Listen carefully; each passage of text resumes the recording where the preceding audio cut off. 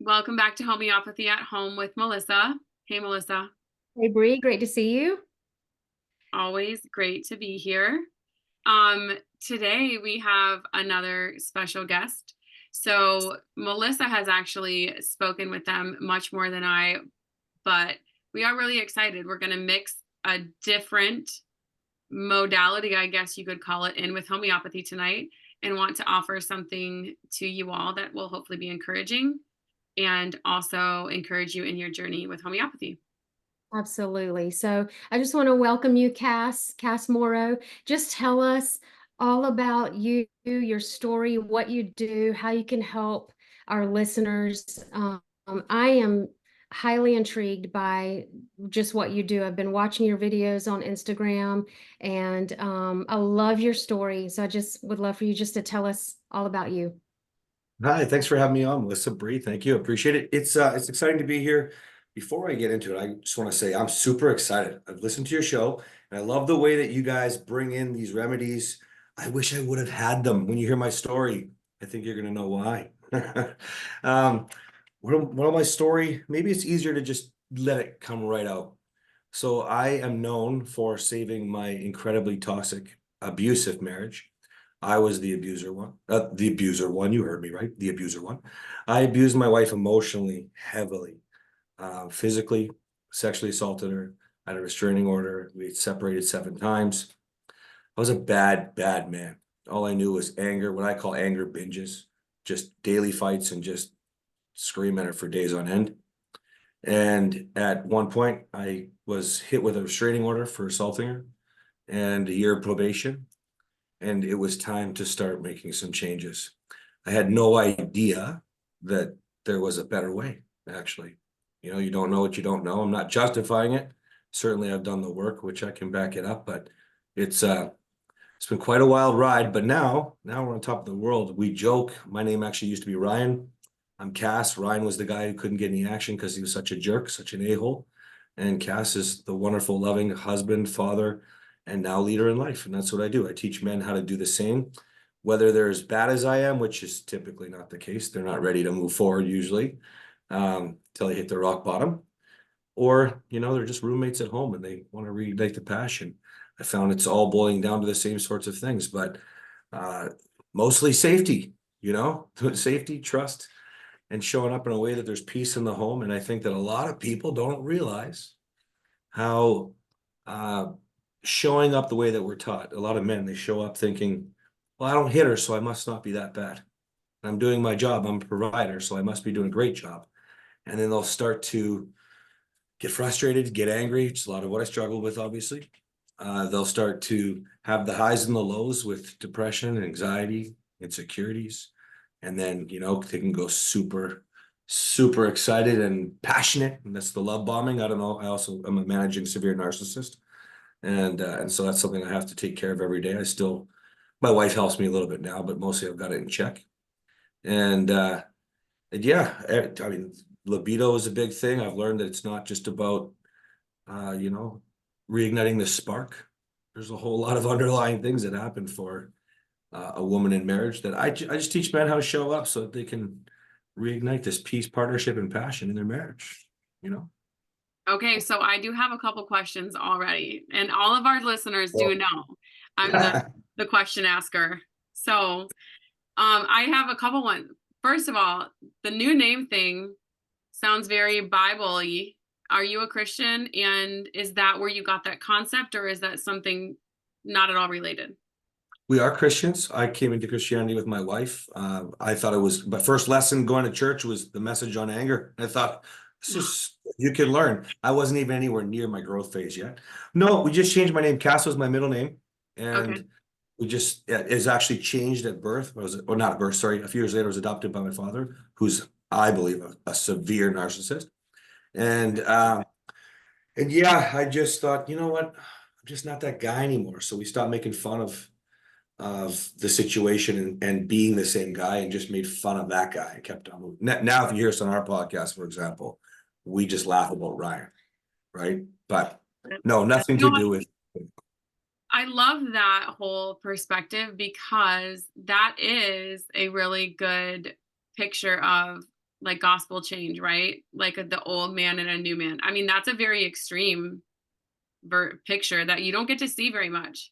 But I wonder if a lot more people could find that complete freedom and life change where, Oh, the yeah. culture of like people are always tied to their past. Like we're always recovering, which to some degree I don't disagree with. But I love that like obvious picture of that's an old guy. Like I'm not that guy anymore. That's really cool. Thank you. Yeah. Yeah, you really do believe it. You have to embrace who you want to be and where you're going. And we're not strangers to hearing this. Think about entrepreneurs. We hear it all the time with business. Coaches will talk about it all the time, but in a relationship, we do. We get tied to the past. And I, I just believe again, if you don't know how to move your wife, your family, your future to the future, you're not going to have a future. You're going to stay there. So yeah, get on with it, folks. So I have Yeah. another question too, and maybe this is really personal. So feel free to be like, that's what I would say. I'll But say I feel like anything. he's okay. So Yeah. I'm thinking of Ryan. Is that the old guy? Yeah. Okay. So that guy, I would say, like, I have not met a person like him who was not already walking into marriage with a whole bunch of pain, like history, maybe trauma as a child. And so, obviously on like from Melissa and I are thinking of homeopathic remedies and how they can support this process of healing. Um, I was wondering if you could tell us about that. Like, I'm thinking if I had met a person, then what would I have been like? How can we help Ryan? How can we help that guy? Maybe, I mean, there are remedies even that talk about the lack of nurturing from the mom and that how that affects a person, or if there's some kind of trauma, sexual trauma, abuse as a child, that's not processed, and how remedies can even work really deeply to help, work through that healing process. Do you mind sharing about like what, and maybe a shortened version of what did that look like before to create who Ryan was? Yeah, absolutely. So, and also I can't wait to hear what you've got in store, because if you could make it easier, fast forward 14 years of therapy, uncovering the traumas. I always describe it with this line: I could talk about licking toilets to prove they were clean all day long. That doesn't do anything for me. Just keeps me in the past. So yeah, there was a lot of trauma. My dad is a narcissist. I don't think my mom is. I think she's just super selfish. The earliest memories I have of my mom are her yelling at us. My dad came to my life at 5. My biological father I spoke to years later as an adult. There wasn't really much there. I'm sure there's abandonment tied to that, plus my adoptive father not being around. I saw them fight every single day. It was an ugly thing, it was just, and I was speaking to somebody this morning at the gym. You know, you don't always know you were abused if you weren't like punched, if you weren't hit, if you weren't beat up. He was also saying the same thing. We had no idea. All I knew was fighting. And by the time I met my wife, she was like, "Do you have an anger problem?" I said to her, this is my expression: "Nope. If you run your shopping cart in front of me and hit me in the side and you do it on purpose, I'll call you a name. But otherwise, I don't have an anger problem." I literally had no idea that I did. It was just, I was banging my shopping cart into everybody every day. And yeah, I did a lot of therapy. I did a lot of reflection. Mostly, I think the normal victimizing yourself, trying to figure out what you could do better, but you never really can get out of the cycle, And, I'd be very interested. I'm sure you've got lots of remedies for this stuff, but the insecurities that from never feeling good enough, never feeling great, which is all really our anxiety, right? And just, I don't know that I would say I was suffering from depression. I was really good at always maintaining the positivity, but a lot of my men ride the wave, when I work with them. And so I think that it definitely everything stemmed from childhood. When they say narcissism was, well, they don't know where it comes from. Are you born with it? Can you be raised with it or to it? They don't really know yet. I believe, hands down, I was taught to be a narcissist, hands down. And then all these other things that we think of normal red flags, long before narcissism hit the radar for everybody in the last few years. I think that's the stuff that people go to therapy for, which 14 years, we worked some pretty big names for therapists out there. You know, I don't want to say who they are because I don't want to make it sound like they're bad. They're wonderful. We use some of their tools, but it didn't do anything, you know? Mhm. So for the men maybe that are starting work with Cass or going into this, who haven't become the new guy yet, with I'm hearing emotional suppression, insecurity, anxiety, but masked as arrogance and narcissism a lot of times, right? Like it comes out aggressive, Anger, maybe rage. even aggression, anger, rage. Okay. What are remedies that come to mind for you, Melissa, with those symptoms? Yeah. So, Nux vomica, I think, is just a huge one. It's a huge remedy for men. And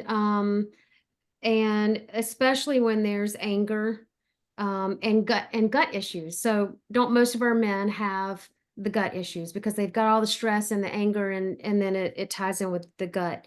And insecurity is most likely, or a big one for insecurity, is lycopodium. So for our listeners who, you've been listening for a long time, homeopathy, you know what we're talking about. For anybody brand new, we have a whole podcast on abuse. So that podcast kept coming back to my mind, and I actually went and pulled it up thinking, to see if I could pull anything from that. But you guys, if you come from a place like Cass came from, then you might want to go back and listen to the abuse podcast to we really get in depth Yeah. about remedies for abuse. And then I think we even discuss like neglect in there. What else were you gonna say? Because you might say this one too. that victim, I heard the word victim mindset. Staphysagria is our victim remedy. And then depression and anxiety. Ignatia tends to be just a top choice for depression and anxiety, but if you've got anxiety with panic attacks, then it's aconite. And also for men, Aramet, Hmm.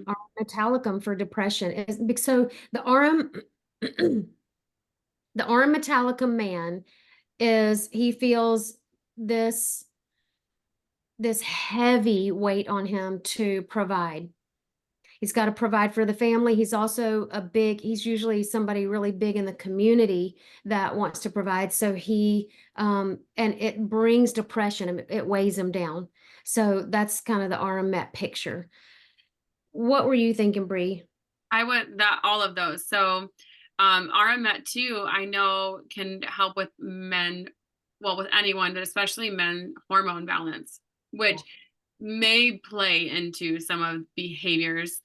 Um, and then we talked about lat caninum, I think of not necessarily in your case, Cass, but in other men who um, were not cared for. So this is prior to, if you're not receiving nurturing as a child, what that can do as you develop.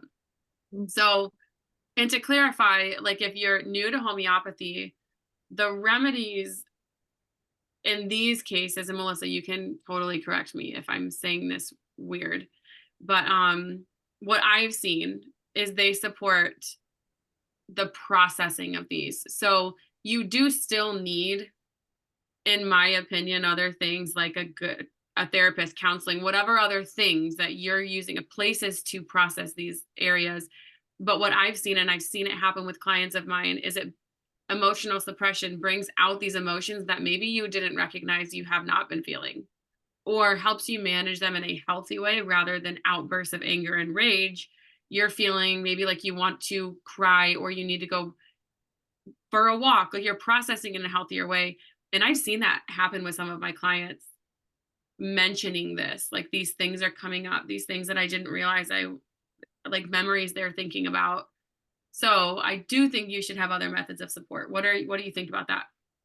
Yeah, well, so what I'm trying to teach my boys right now is you need to know how to recognize the emotions that you're feeling and then what to do with those.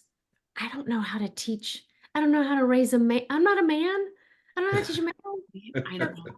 Yes, my question was, what was the catalyst? What changed? What made you and Catherine get it together and change? Like what happened? Well, there would be different steps there. Actually, our timelines are quite different. So I was court mandated to anger management.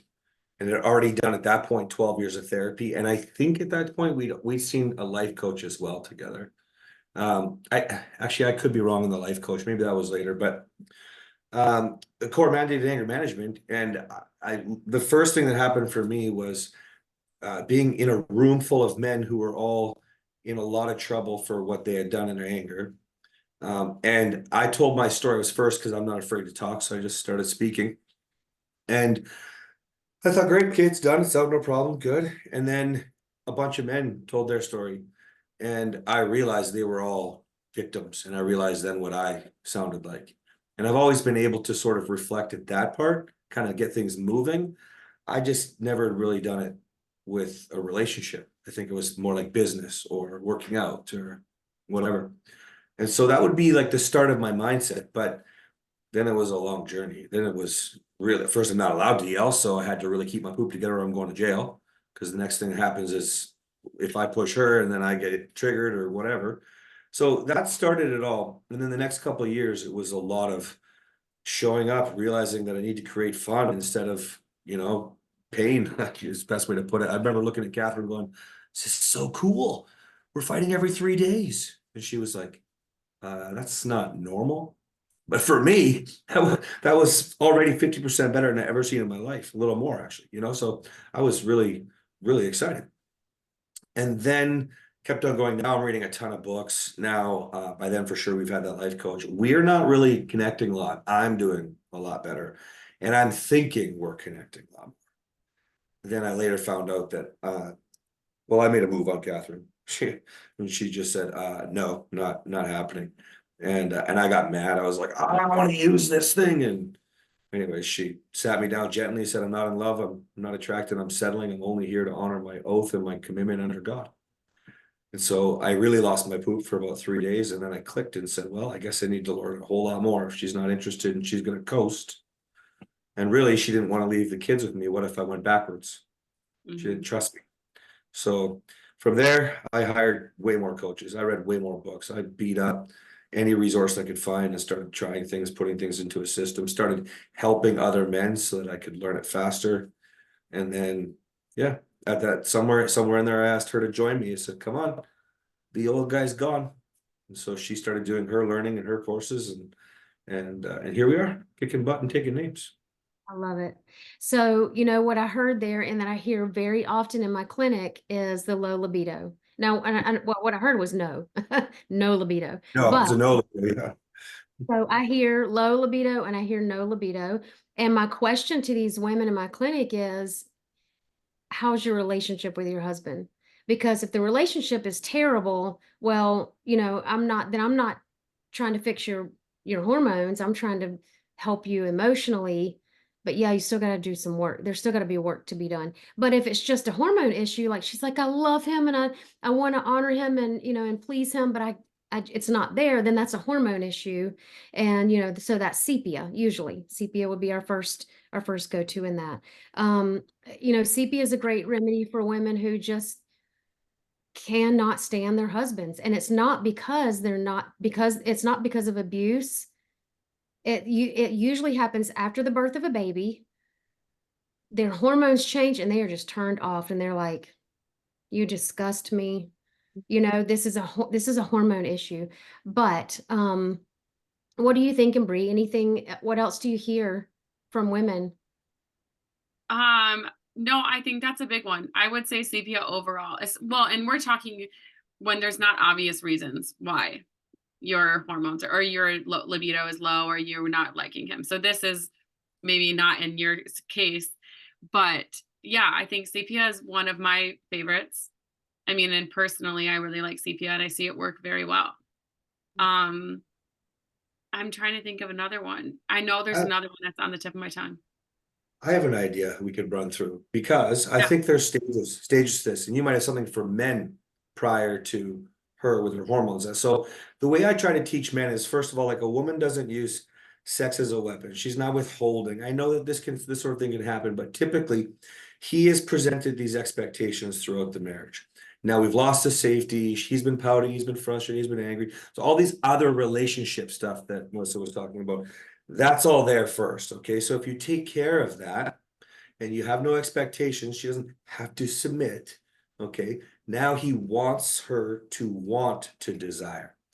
Now she might not, in which case might be the hormones like you're talking about. But prior to that, there's this whole gap for men where they finally have the mindset of, well, she doesn't owe me sex because I pay the bills. I'm an adult. I need to pay the bills. That's not the turn on. But a lot of times men get, well, impatient would be a good word, but that's not probably the word to use to describe what you can help with potentially. But men get really, I'm doing such a good job. Why is this not working? So Like impatience is the entitled word, to but some degree. well, that's maybe a good way to put it because it's not entitled. I work very hard to teach men that the entitlement needs to disappear. Mm-hmm. In fact, it's a massive turn on for women when there's no entitlement to her vagina, right? But when he is, we say rising up in my program. So he's rising up and he's frustrated because, he doesn't get it. Why is it not working Mm-hmm. yet? Why is it not going at the rate? And there's Right. all kinds of reasons we can talk about, but I wonder if you have something or if something's coming to you as I'm discussing this, that might be something we could suggest to men. Honestly, what comes to, I don't know that I would think of a remedy there, because what comes to my mind is at that point, if you have a really healthy functioning man in a marriage with a healthy functioning wife, that desire should be there, right? And men are created like with healthy hormonal men, like that should be there. And I do think that is so in that situation where they just have to wait. It's almost like if it's come from a history of abuse and now they're here, that's like, man, you just got that you made your bed and it might take some time. Like it That's just what I might would, take time. patience, yeah. Now, Yeah. if they're communicating with her, there could be something potentially that she could do, I'm not sure, but I don't want my men to do that. I want them to focus on them being their best Right.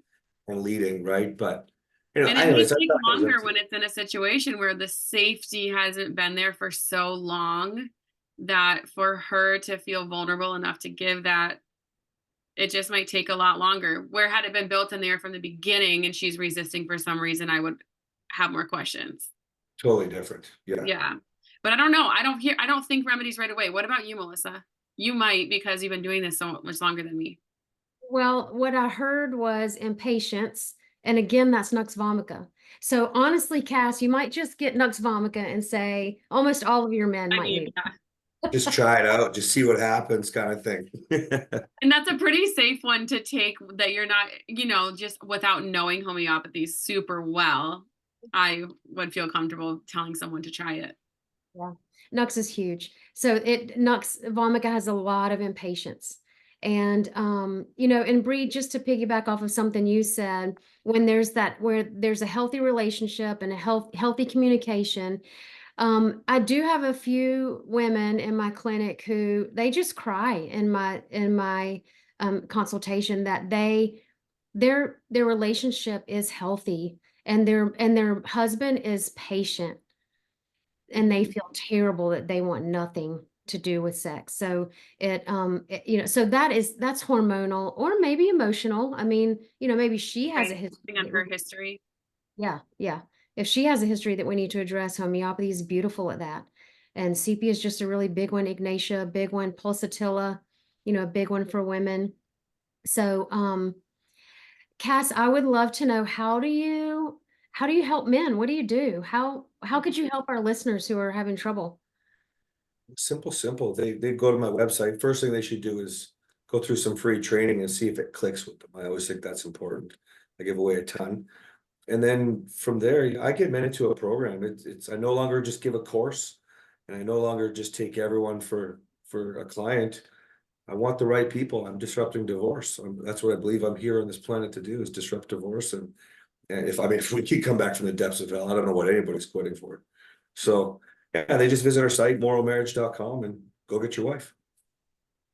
I And so love it. when you say program, you're talking like they meet with you and other men, accountability? Is it like resources you provide, counseling, coaching?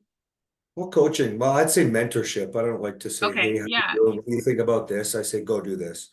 When I take clients on, I say, are you comfortable? Do you trust me? do you feel like we're getting along well enough to do what I say? Because I'm gonna ask you to do some weird things. They'll be like, okay, yeah.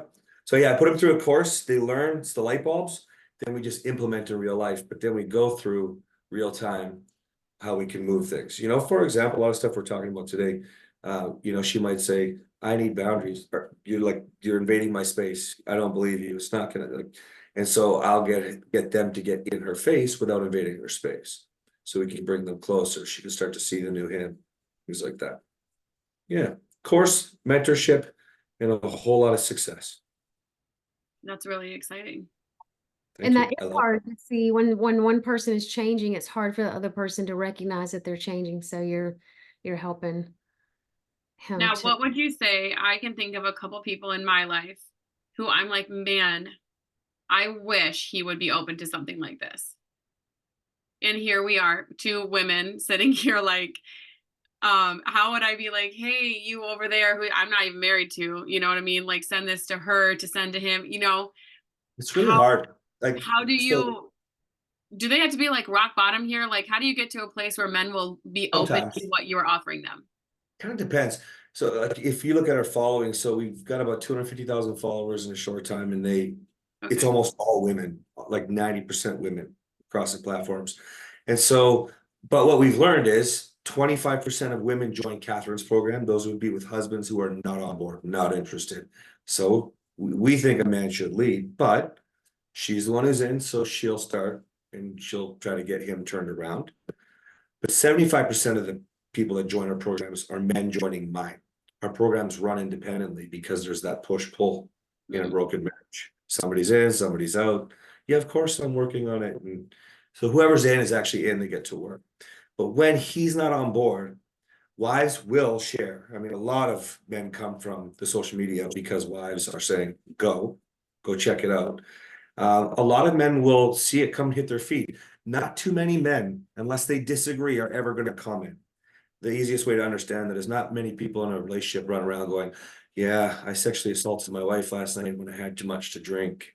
Ooh, trashed my house again. 50th time, I think. You know, oh yeah, I screamed at my wife all night long. Oh, actually, last week I forgot to tell you, I flipped her out of a bed. Like, I didn't do that. Nobody's doing that, you know? And that's just like the hard stuff. But now people have normalized not having sex, right? It's become a normal everyday. Yeah, that's what happens after the kids. One vagina for the rest of your life, and then see it starts to. But yet they don't want to say she doesn't want.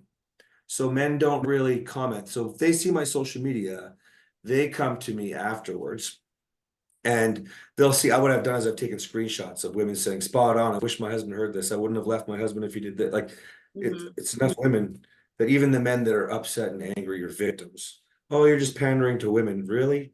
If 220,000 women are saying you should do this, I really think you should probably listen, honestly. But maybe So that's why women say you don't listen. I don't know. Call me So crazy. to clarify too, this really for those extreme cases or No. like Um, the in the case of people that I know, there he's like and nobody else would know. It's only at home. He's like and he has not physically hurt her.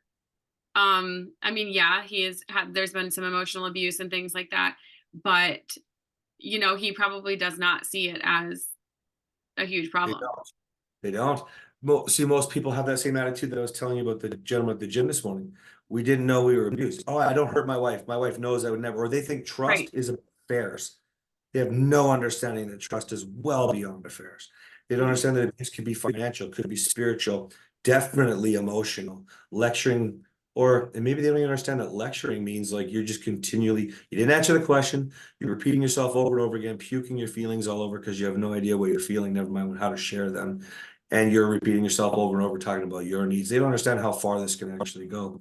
But to answer your question, no, there's very few people that I've had that are admittedly narcissists or told they're narcissists, like for real diagnosed, right? Yeah.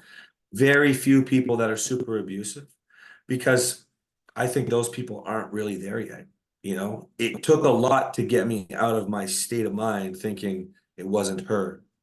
I could take responsibility for me, right? And so most people it's more like the yelling, the fighting. Oh, one of those videos on my website talked about, you could watch it. It's an hour long. It's a fight Catherine recorded in 2016. It was a secret recording. And we found it after we were coaching.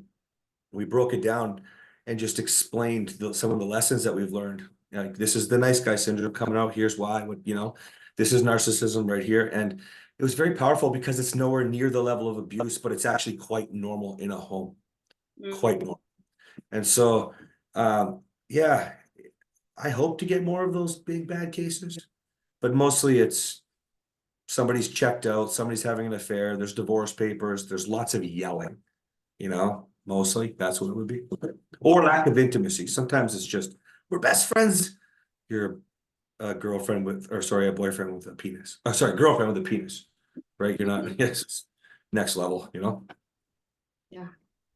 So I have another question, if it's okay. Please. When you talk about Ryan, Mhm. what I think of is likely, well, I'm assuming that you were probably either diagnosed or not diagnosed ADHD as a kid. Would you? Never been diagnosed for it, ever. However, I know enough now and have been doing enough of this type of work to know I'm full on. But long before it became a big thing, when I heard about it, I just embraced it. I was like, this is how I can work 18, 19-hour days. I learned to channel it and focus, but that is not the case. If you've got something that you can help men with their ADHD, I'm sure you do. That would be helpful. I can't tell you how many men will go, I can't watch a course. Like, it's just, I can't focus. Come on. There are so many ways you can, but yeah, sometimes maybe they need something from you. So I think I didn't mean to call you out there and be like, tell your history, but I know you. Oh, But I'm not shy. But what I really do see is these boys in childhood that have ADHD tend to go into that cycle, especially when they're already in the rage and the anger and the disobedience and the defiance, and they're as 8 and 10-year-olds. It usually can lead to, well, it leads to addiction. So whether it be drugs, alcohol, yeah, you probably wanted to talk about that. Drugs, alcohol, We should, before we end, we should definitely talk about that. Yeah. yeah, yeah, any kind of addiction. I mean, porn, video games, whatever it is, that because they can't focus and they can't be still and they're not content, they end up being addicted. The extra stimulation that they look for. Yeah. And then they move on into, I don't know what their marriages look like. I haven't been in practice. I've been in practice 20 years, so I don't know yet what that process, because what I'm doing is I'm disrupting ADHD. Oh, I love it. I love it. Yeah. Okay. Yeah. What were you going to say about addiction? Well, so I teach men how to respond, not react. And part of that is understanding their safe reactions, which is keeping themselves safe, not protecting their wife, not protecting their future. And in there, I talk about the S for safe is sabotage with coping mechanisms. And it's really, yeah, that's just how I start the presentation on addiction and how they cope. But yes, if you have help with that, it'd be wonderful, because it's so easy to slip into whatever you felt comfortable with for however long, but a lot of it is justified, right? Oh, not me justifying it, by the man, right? Of course I use porn. She can't meet my needs. No, of course I have to work late. I need to. I got to provide. Like, they're literally. It's not always just alcohol and drugs. It's like they'll find whatever they need to, and it's now becoming, the more men that I work with, it's some of it's bad. Like, I mean, I think it's all bad, but like hookers, a new one every month. Like, what? The There's length they go to justify behaviors it is extreme when you're on the other side, but it's a slow yeah, snowball. snowball. It's not like you set out, like, you know what I'm gonna do? I'm gonna hire somebody once a month. Yeah, No guy says, I'm gonna be a husband who does that. It's just little by little you get snowball. there. Yeah. Yeah. 100%. And also we learned to, like, alcohol is a really good example. I was a functioning alcoholic for most of my adult life. And like, we could have saved so much time if we just would have cut the booze out, you know? But Yeah. because I could get up at 4 a.m. and work until 9 p.m. and still function and do everything, I just didn't think I had a problem. Oh, I'm fine. I don't have a problem. I didn't realize how much I was relying on it to cope with my pain, my traumas, everything was going on in my life. Yeah. And adjust with that, right? Mm-hmm. Yeah, this is really cool. It's really cool to see. We just had a sermon in church on Sunday that was talking about like the thief comes to steal, kill, and destroy, and Christ came to give life and give it abundantly. And it's really hard to get into that really deep, dark mess with people and believe that they can be a different person. You know, a lot of times people do get divorced and that's it. Like, that's all. It's just, that's what happens. And I'm not saying like if you've been in those situations that that's not, like, I understand why they get there, but it's very encouraging to hear a story completely opposite of that. Like, maybe Oh, this could probably give hope to a lot of people who really think they've gone beyond the line into hopelessness, you know? I hope so. You know, I started, you know, I've got a lot of business coaching too. And so I started with just a good marketing hook. If you want more sex with your wife, then, you know, and it worked really well. I went viral in 45 days. And so business just took off. But what I learned was I needed to be more real. All right, guys. So the truth is I'm actually a narcissist. Okay, you should know that I really hurt my wife bad. And I don't exactly remember what the catalyst was for that. It probably was a message in church. I don't recall, but it got me moving and just experimenting. And I was terrified putting this online all over the world. What? And you know what? It was like it could only have been from God. It was like an immediate flood of like 2,500 followers a day going, whoa, what is this? I'm going through that. Your marriage is our marriage. Like, and it got me realizing how many times have we gone to church? Anybody need prayer? Should we pray on your business? Should we pray on your healing? You know, anybody have any healing in their body? And everybody's got their hands up. Anybody want to talk about their marriage? Can we pray for your marriage? Come up to the altar, and it's a freaking ghost town. Yeah. Come on. We know that's not real. Look around at statistics. Like, just it's crazy to me. And so I hope that it gives hope. I would give anything to be able to go church hopping every single week, a new church, just like because I know I could shake them up. I know you're not the only one. Somebody in here is lying. I know it. You know what I mean? But Yeah. so I'm glad. I hope it does. Thank you. Yeah. Yeah. So I did just want to back up a couple steps and mention that we have an addictions podcast and I have an addictions course. So anybody out there who is struggling with addictions and wants help with homeopathy. But again, just like what you said earlier, Bree, you know, and what you've been talking about, Cass, is you got to do the work. Like, we're not talking about just popping homeopathy, even though it's natural and even though it's healthier for your body than allopathic medication, you still got to do the work. Like, homeopathy is not magic. It's not going to come and take everything away. Just make your life and your marriage beautiful. It's part of the process. And I love what you're doing, Cass. That's super exciting. And I do believe that's from the Lord that you guys are, I mean, disrupting marriage. That's huge, huge. I'm super excited for what you're doing. Is there anything else you wanted to share with us before we go? You know, I to let you know my book's coming out. It's for people who can't afford my course in coaching. I'm trying to get that ready to go, but man, I try to give away so much for free. My wife too. We just want the message out there. So if you are interested, Morrow Marriage on social media or on that's our website as well. And yeah, let's go get your life, go get your wife, go live it. Yeah, oh, I will say this, and of course, ask God for help, pray. But for the love of goodness, God can't help you if you don't do the work. Just like you just mentioned, Melissa, with everything that you do. People have to get this in their head that, you know, if you can ask him to answer your prayers, but you gotta answer his too. You know what I mean? He's not going So to do it. Yeah. yeah, it's just and yeah, I'm just passionate about letting people know this. So Yeah. So Morrow Marriage, Morrow. that's correct. Marriage. And then Yeah. what's the name of your book? Oh, I don't know yet. Maybe the new Oh, man, it's maybe still in the accepting work. divorce. Okay. Yeah, so we got the manuscript. We're editing it right now, but Yeah. I've got a lot of my men are so enthralled in the work that I've done and the work that they're doing with me that they join me. They're helping me. So we're like going in circles with the name and Oh, trying yeah. to, yeah. But it on my website, you just put your information in there. I'll make sure you get a copy. And I'm going to give away so much training with it too. I want to give these guys an opportunity, you know? So many people, it's the victim mindset, right? But we learn if we can break out of that because we realize, oh my gosh, this is why I have no money. This is why I don't look the way and feel the way I want to feel. And my relationship's struggling. Ooh, we got to break this. We got to break these chains. Everybody's got opportunity now, you know? Love it. Love it.